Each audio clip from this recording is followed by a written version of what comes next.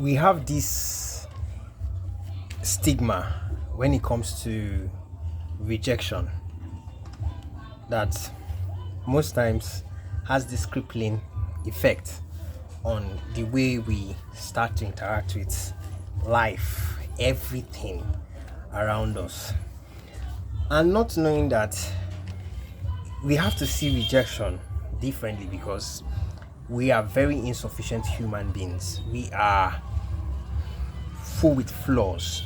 We make mistakes. And rejection should just be seen as something that a tool that you use to gain more clarity into any venture in life. It should be used as a tool to gauge yourself and to see, oh, I need to understand this more. I need to fix this. I need to fix this. I assumed that I was better in this or better in that.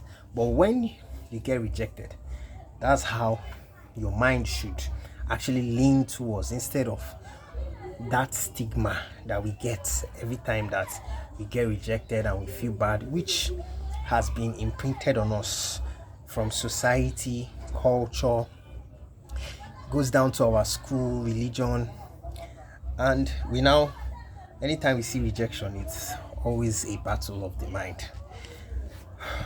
And when rejection is meant to be something that would portray more clarity to you and show you a lot of insufficiencies that you have to fix, or your flaws that you have to fix, and not take them as, oh, this person or these people don't want me, or they see me as not qualified enough for a certain position or role. And this reminds me of, I know number of times I had to submit a lot of applications, or I was just cold emailing or cold DMing projects before I got my first online job. I DM'd a lot of founders, or, and before I could get my first actual job. And the same thing with women as well. Cold approaching. You keep cold approaching, getting rejected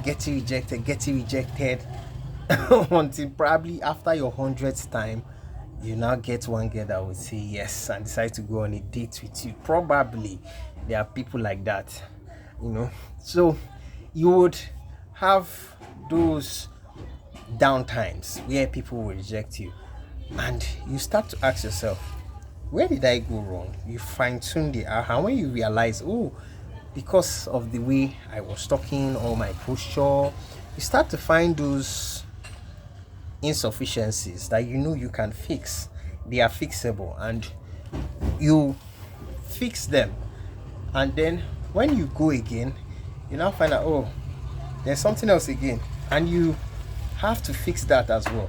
And after fixing a couple of things and getting different piece of information from your interaction that led to that rejection, then you now have sufficient knowledge. You are equipped with sufficient knowledge on that specific task.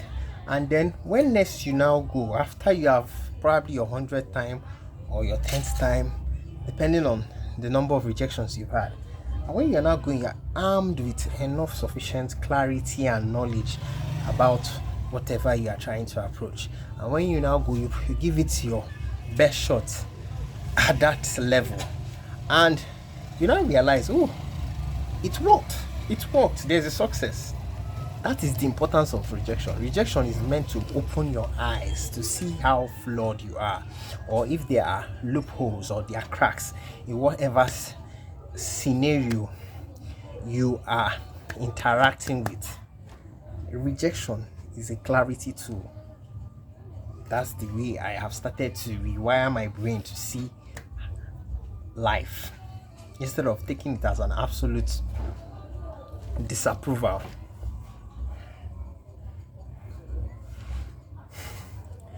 And it's the best way to find clarity fast in any situation. It's always the best way.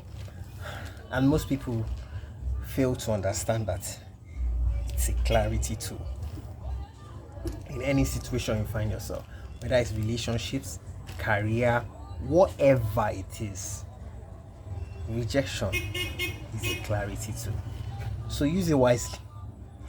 Discover yourself, discover those loopholes, discover those cracks, discover those flaws. Then you improve on them, because most of them are things that you can actually improve on if you give it time. Some might take time and you improve on it. Some are things that, it's very obvious that within just 1 hour, 2 hours it's fixed. It takes just few amount of time.